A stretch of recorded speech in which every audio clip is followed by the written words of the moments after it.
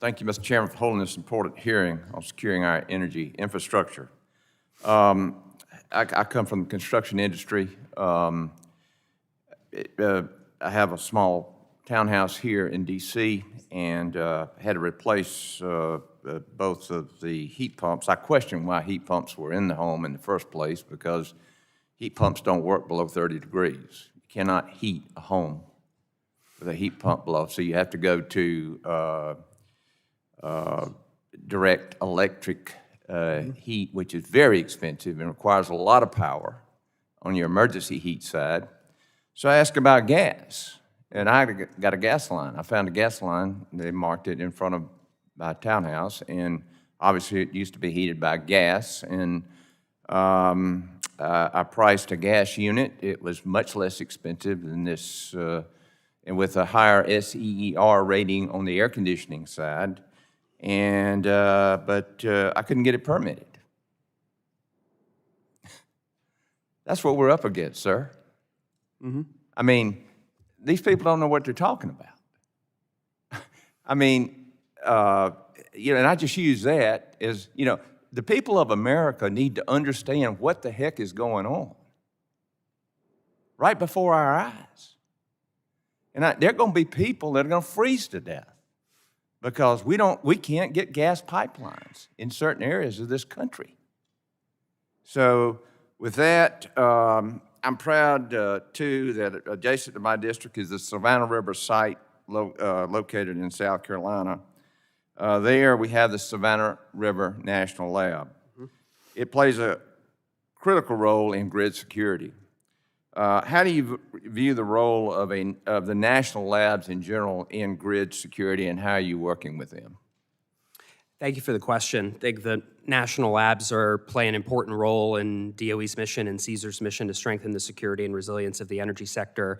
CSER in particular partners with a lot of the DOE national laboratories to do everything from sharing energy threat information with the private sector to supply chain testing. We have a program called Citrix where we will procure grid components and test them for cyber vulnerabilities, figure out how to mitigate it, and then get that information back out to the private sector. That's only possible because of the expertise at the national labs.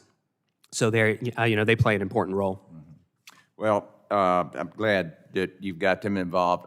Obviously, I hope we have also those who are responsible for generating this power and this incredible need we have before us in this AI race, and that you're talking with them about what they need to meet these demands, because China is producing and providing production facilities that are lapping our capabilities currently. And these AI facilities, if they're not built here, guess where they're going? They're going to China. Mm-hmm. And that is a big problem. In talking about this strategy of the previous administration, I challenge my colleagues. The previous administration was not an all-in energy. It was the transition of energy from the traditional process to a sustainable process. And obviously we know what that has done to us, because like I said, again, I know people who have homes in certain areas of this country that can't get permitted gas heat. Yeah. And here's the deal. From 8 o'clock to 4 o'clock under very cold weather, they were told that their power would be cut off. So all those folks had to run out and buy a generator that's using LP gas. This is what's nuts. And, and here today, y'all are talking about this. You're an expert. What's the plan? We got 22 seconds. Thank you for the question. I think it is important that we preserve a wide range of options and consumer appliances, energy choices for the American people, especially from a regulatory standpoint. We should make sure we're not regulating products out of the marketplace. If people want to have a natural gas appliance, they have that right, I think, as a U.S. citizen. Yes. And I think your important focus on the facts is right, because we need to make sure that we are paying attention to the facts.